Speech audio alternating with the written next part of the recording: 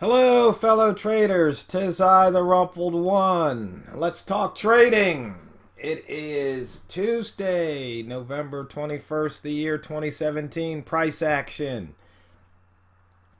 Let's get right to it. Price action. Price will either make a new high or low, or it will reverse off a new high or low. Another way of saying that, if you look at the previous candle, price will either break through the previous candle's high or low, or previous bar's high or low, or it won't. Price action. You can, wherever price is, you can put a horizontal line above it and one below it, and it will either stay within those horizontal lines or it will break out. Very simple price action.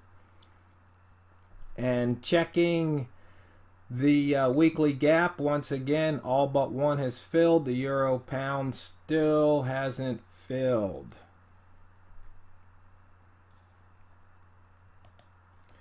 We can come over here. Price action. Price is going to move away from the open to make a new high and to make a new low. And then it will probably return. So as you can see here, high to open. Here's our daily open right here. High to open was 19 pips, and open to low was 50. And then you can see here, close to open, we're 20 pips below the open. High to close, we're 39 pips below the high, and we're 30 pips above the low. That's price action, the movement of price. You can look here at the H1 candle. Price failed to make a new low, then turned around and broke through, making a new high, or a higher high, let's say, right there. It failed to make a lower low. It made a higher high. That is price action. It's that simple. You know, you go out on the various forums and you see all these threads about price actions, and these people just go on and on. They just drone on and on about price action. It's so simple. At least the way I define it.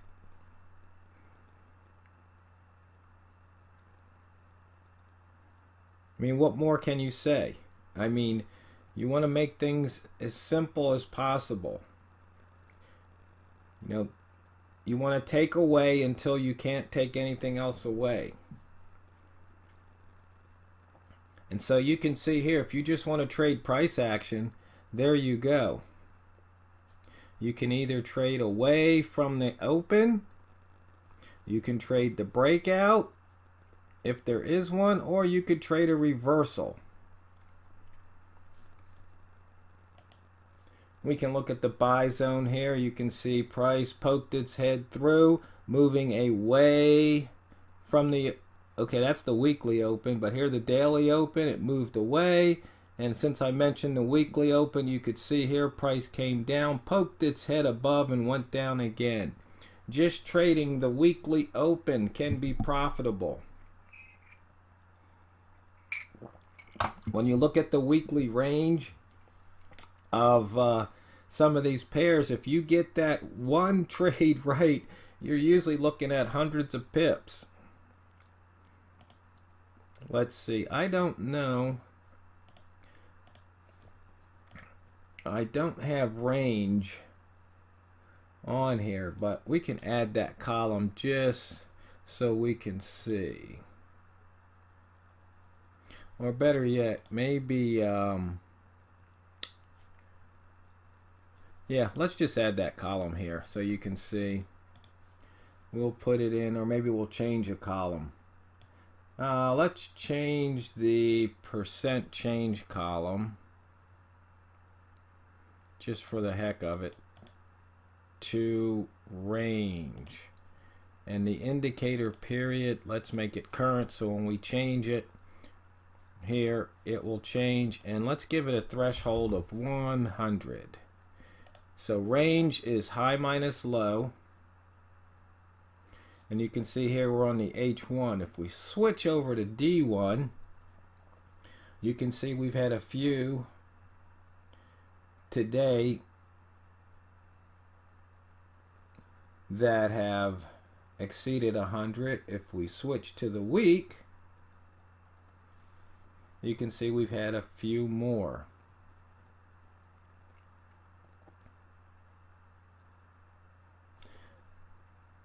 But that is the range.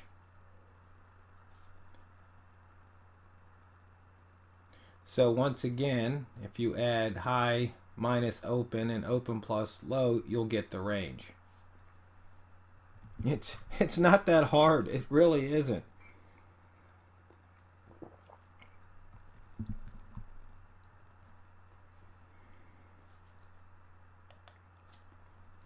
So that being said, you see how price is going to range away from the daily and weekly open. It has to. It's not just going to sit there. It's not. And that's why the buy zone, we have it here at +8, +10. You saw those ranges were much bigger than 10. So it has to go past these lines every day. Because this is only 20. I don't think there's a pair that has a range below 20. And you see, that's the beauty of the buy zone. It's statistically proven. It's mathematically proven. It's geometrically proven. It's physically proven. If the range is bigger than the zone, then price can't stay in the zone. It's just that simple.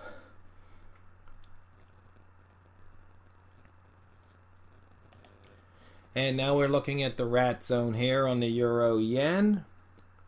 And you see it made a new low right there and turned around and came out of the zone. Now, just to be clear, you can use any entry trigger you want, just so long as it's within 20 pips of the low. So for example, if we switch down to M5, we can do a rat reversal. We can say red candle closes, green candle closes, breaks the high of the green candle, you go long. You can take red candle closes, price breaks the high of the last red candle there.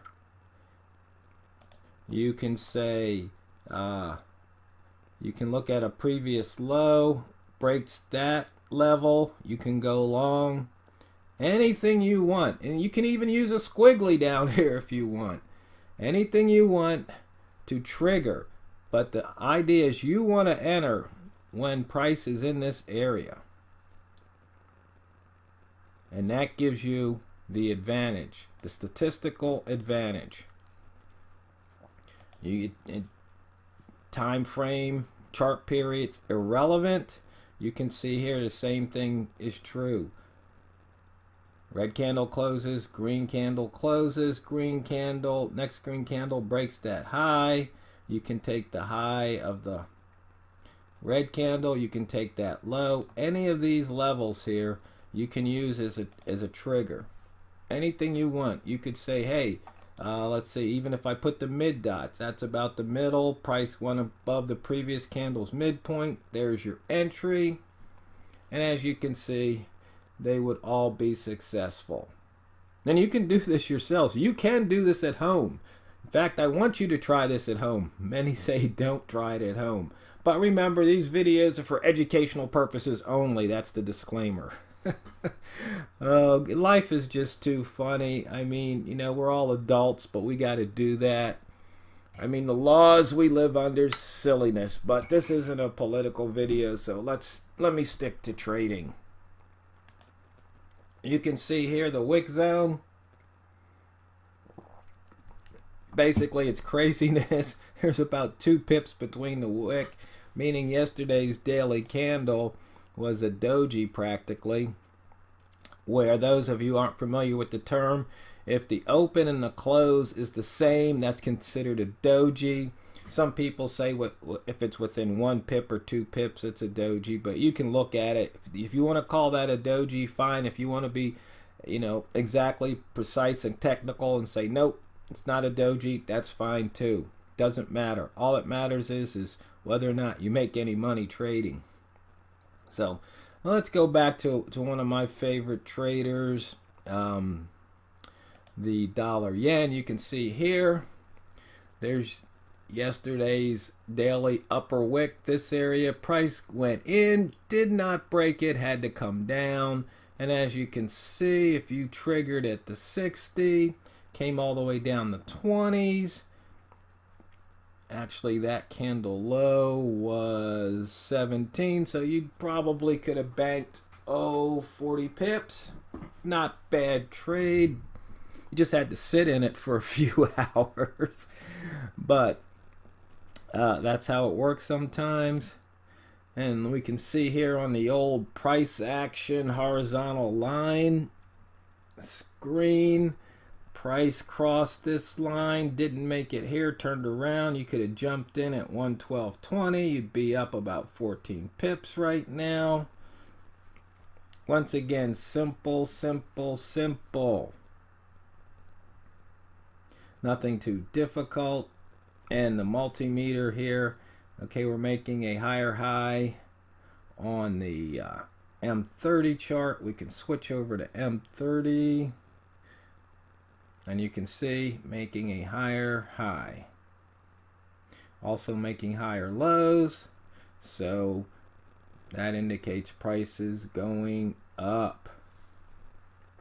But you can also see here there might be a stall because we're making a lower high on the 1.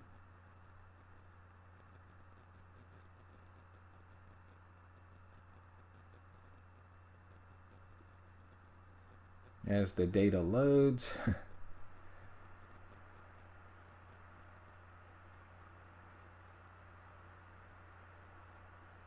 Right now I feel like playing that Jeopardy music.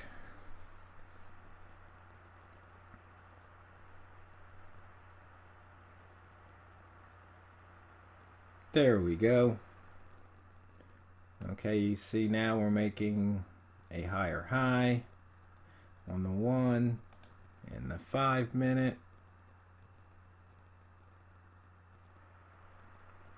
You see here a lower low, lower high.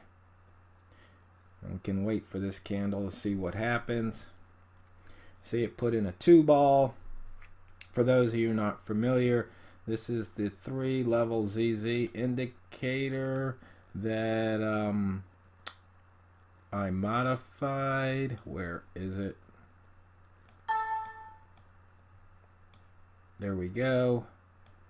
And we've got the sweet spots gold that I modified, which puts in these levels here.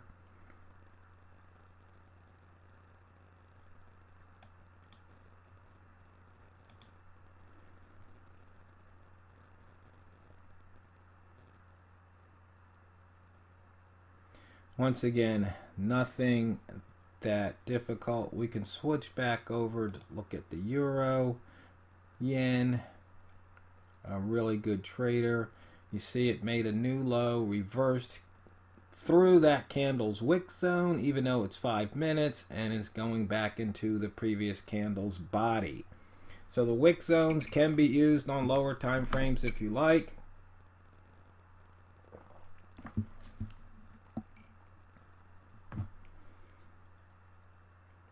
But I prefer using them. I like the daily. You can actually use it on the H4 too if you want. But that should wrap it up, fellow traders.